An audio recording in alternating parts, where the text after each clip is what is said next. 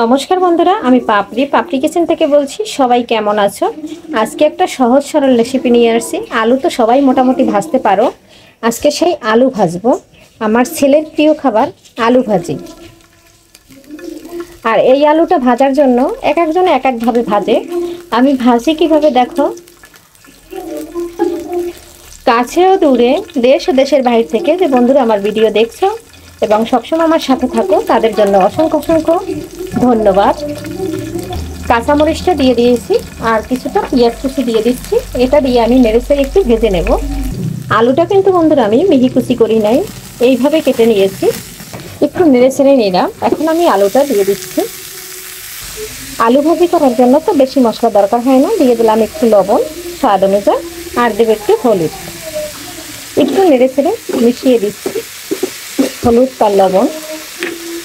তারপরে আমি 5 মিনিটের জন্য ঢাকনা দিয়ে ঢেকে দেব।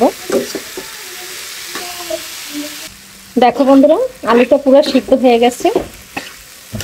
এটা কিন্তু আমি 2 মিনিটের জন্য অফ ক্যামেরায় ঢেকে দিয়েছিলাম। আলুটা কিন্তু আমি এভাবেই অল্প তেল দিয়ে ভেজে নেই বন্ধুরা, আর বেশি তেল দেই না।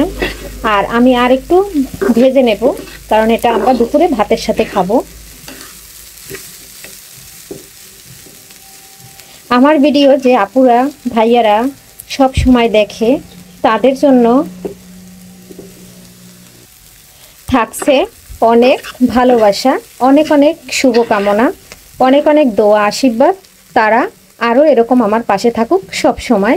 আর আমি তো সব সময় তাদের পাশে থাকবই এবং আছি। লাল আলুটা কিন্তু বন্ধুরা অল্প সময়ের ভিতরে সিদ্ধ হয়ে যায়। আর এটা দেখো, আমি একটু ঢাকার কারণে আমার আলুগুলার মাঝখান থেকে ভেঙে ছোট ছোট হয়ে গেছে, কারণ একবারে সম্পূর্ণ সিদ্ধ হয়ে গেছে। আর আলুটা কিন্তু আমি আর হালকা একটু ভেজে নিয়ে নামিয়ে নিচ্ছি। প্লিজ প্লিজ বন্ধুরা, সবাই আমার ভিডিওটা দেখার সময় একটা লাইক দিয়ে কন্টিনিউ করবে। আর একটা লাইকের জন্য আমি অনেক দূরে এগিয়ে যেতে পারবো। আজকের ভিডিও বন্ধুরা এখানেই শেষ করব। পরবর্তীতে দেখা হবে নতুন কোনো রেসিপি নিয়ে। এ পর্যন্ত সবাই ভালো থাকবে, সুস্থ থাকবে, শরীরের দিকে খেয়াল নেবে, আর প্রচুর পরিমাণে পানি খাবে। প্রচুর গরম। অল্প মশলা দিয়ে আলু ভাজিটা করে নিলাম। এভাবে কার কার পছন্দ কমেন্টে একবার জানাইও। সবাইকে নমস্কার।